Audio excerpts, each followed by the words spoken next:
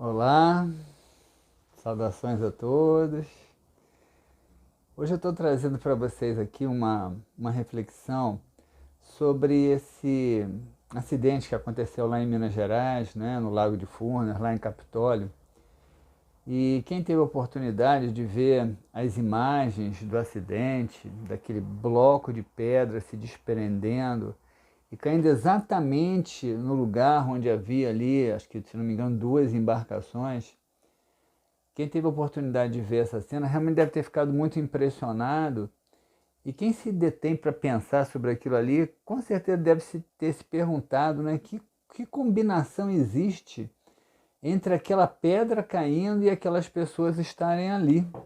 Porque aquela pedra poderia ter caído em qualquer outro momento onde não houvesse pessoas ali. Mas ela caiu justamente na hora em que aquelas embarcações estavam ali, causando ali algumas mortes, não sei, acho que em torno de 10 já, acho que tem 2 desaparecidos. E aí eu queria falar um pouquinho com vocês sobre isso, sobre a hora da morte, né? Porque assim, dentre todos os determinismos kármicos do nosso destino, um dos mais certos, com certeza, é a hora da morte, tá? Mas não que a gente tenha uma hora exata, uma hora marcada, com minutos, com segundos, num determinado lugar. Isso realmente eu não acredito. Eu acredito numa grande sincronicidade. Quando nós nascemos, nós chegamos aqui com uma determinação kármica, um projeto de vida que é marcado pelas nossas necessidades anteriores, pelas nossas experiências anteriores e pelas necessidades que temos agora de fazer aprendizagens, de crescer, de viver determinadas experiências. Então isso tudo vem como uma memória que está nas nossas estruturas mais profundas do psiquismo, as nossas estruturas espirituais. E essa memória, ela se relaciona com o mundo externo por um fenômeno que a gente chama de sincronicidade. Jung estudou esse fenômeno da sincronicidade.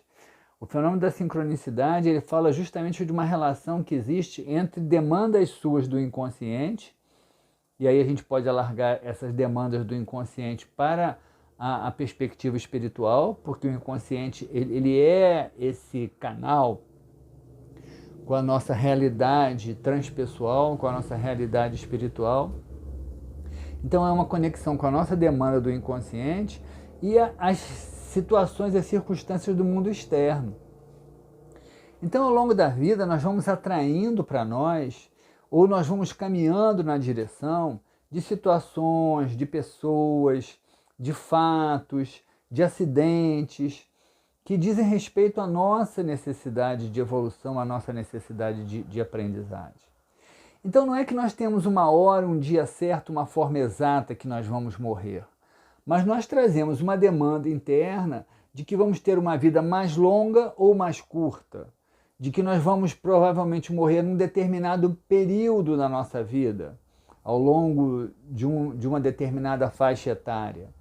E aí, por conta dessa demanda interna, né, dessa demanda kármica que está dentro do nosso próprio inconsciente, que flui através do nosso próprio inconsciente, por conta dessa demanda, quando esses momentos chegam, nós vamos nos predispondo a atrair ou estar em situações para que aquele determinado fato aconteça. Então, eu com certeza não acredito que tivesse ali um espíritozinho empurrando aquela pedra para que o karma daquelas pessoas acontecessem, aquelas pessoas que morreram dentro do barco. Claro que não. Os espíritos que cuidam, ajudam nas nossas vidas, no nosso destino, eles não estão perdendo tempo com essas questões.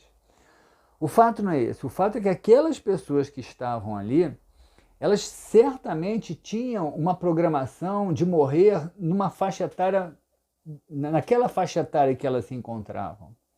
Então, elas estavam por uma sincronicidade muito predispostas a passar por alguma situação que lhes ceifasse a vida.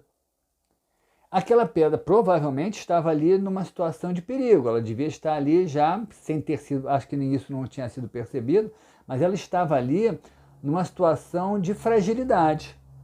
E aí a demanda dessas pessoas fez com que houvesse essa convergência né? A predisposição daquela pedra para cair e a necessidade kármica daquelas pessoas de perderem a vida justamente naquela faixa etária em que elas se encontravam. Então isso propiciou um encontro kármico.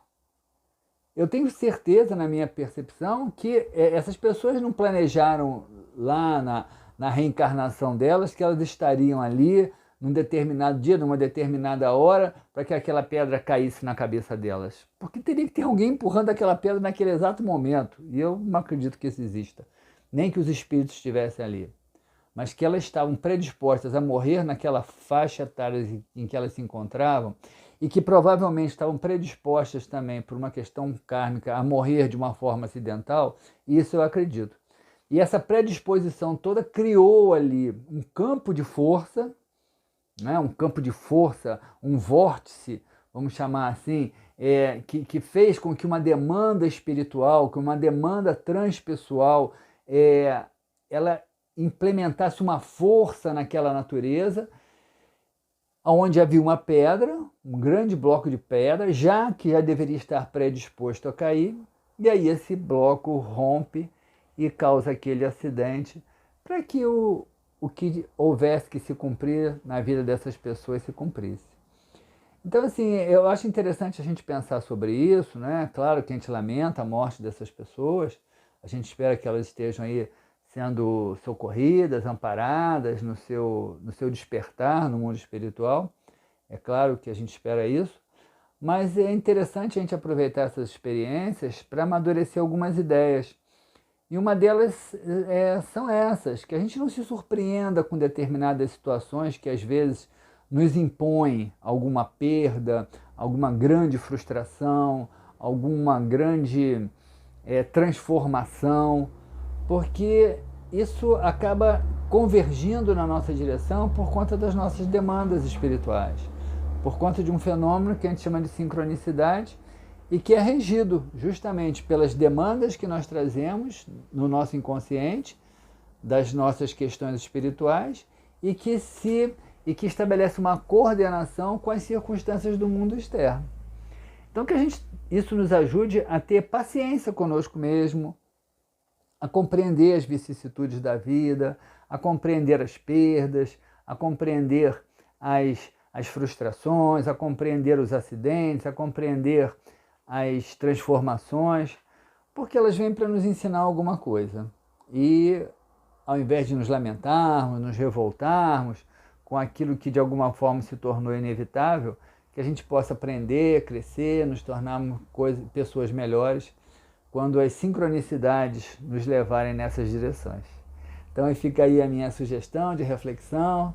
Gratidão aí a vocês. Até a próxima.